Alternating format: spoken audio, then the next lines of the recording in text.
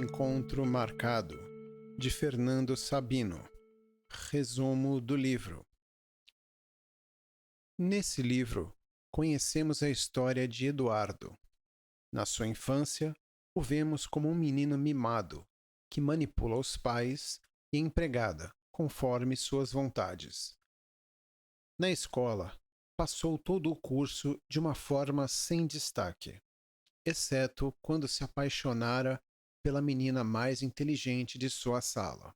Por isso, esforçou-se para ser também o mais inteligente. O interesse por sexualidade também aparece ao decorrer do texto, e o vemos agir como a maioria dos garotos, com curiosidade e conversas entre amigos.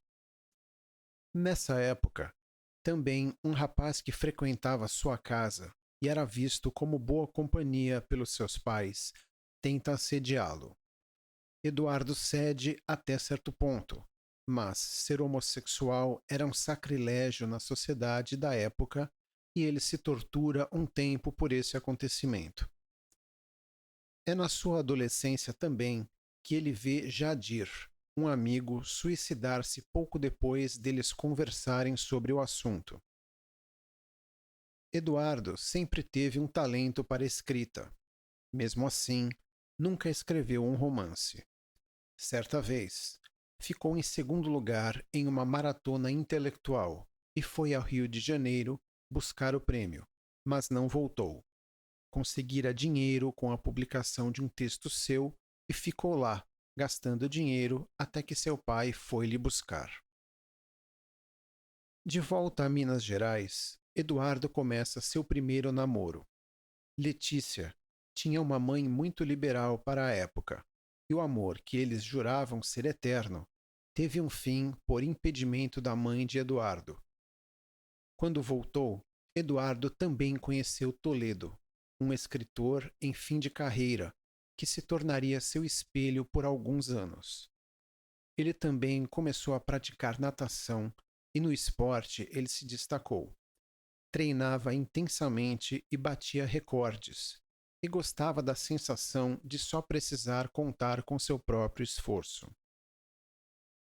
No fim do colegial, ele, Mauro e Eugênio combinam de anos mais tarde se reencontrarem no ginásio da escola. Eduardo, então, começa uma nova etapa de sua vida. Junto a Mauro e Hugo, leva uma vida boêmia e cheia de bebidas e farras. Eles saíam à noite e aprontavam pela cidade, às vezes causando tumulto com discursos sociais movidos mais pelo frenesi do que pela consciência política, ou enterrando um esqueleto de anatomia na praça da cidade. Nesse tempo, Eduardo conhece Antonieta e também se torna um cavaleiro do exército. Os dois têm mundos distintos. Ela é filha de um ministro carioca e é rica. Ele é apenas um pseudo-escritor mineiro. Mas os dois acabam se casando. Vão morar no Rio de Janeiro e Eduardo começa a trabalhar em um cargo público arrumado pelo sogro. Assim, tem início a segunda parte do livro e da vida do protagonista. O casamento, logo de início, já mostra que não daria certo. Eduardo negligenciava Antonieta, que era a parte mais madura do casal. Eles tinham um grande círculo de amizade entre escritores, jornalistas e, pode-se dizer, bêbados, uma vez que todos cultivavam o hábito de beber sempre. Eles nunca tiveram um filho. Quando Antonieta engravidou, sofreu um aborto natural. Talvez melhor assim, já que eles acabam se divorciando. Antes disso, porém, ele atrai com Gerlane e quase faz o mesmo com a vizinha, Neuza. Ele também perde seu pai, motivo que o leva de volta a Minas Gerais e reencontrar-se com os velhos amigos. Mauro tornou-se médico e Hugo professor. Eduardo nunca cumpriu a maior vontade do pai, formar-se na faculdade. Depois que está separado, ele começa a manter uma amizade com uma amiga de Antonieta. mas logo as fofocas por ela ser viúva atrapalham a amizade. Ele então volta a Minas novamente.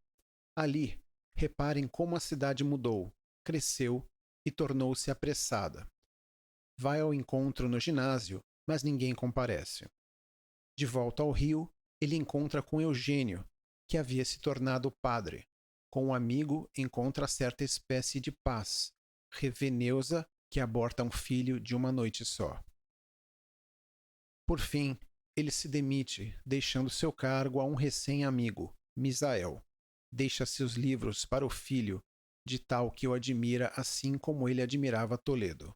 E ingressa em uma viagem a fim de descobrir a si mesmo e a felicidade, o que ele buscou em toda a sua trajetória.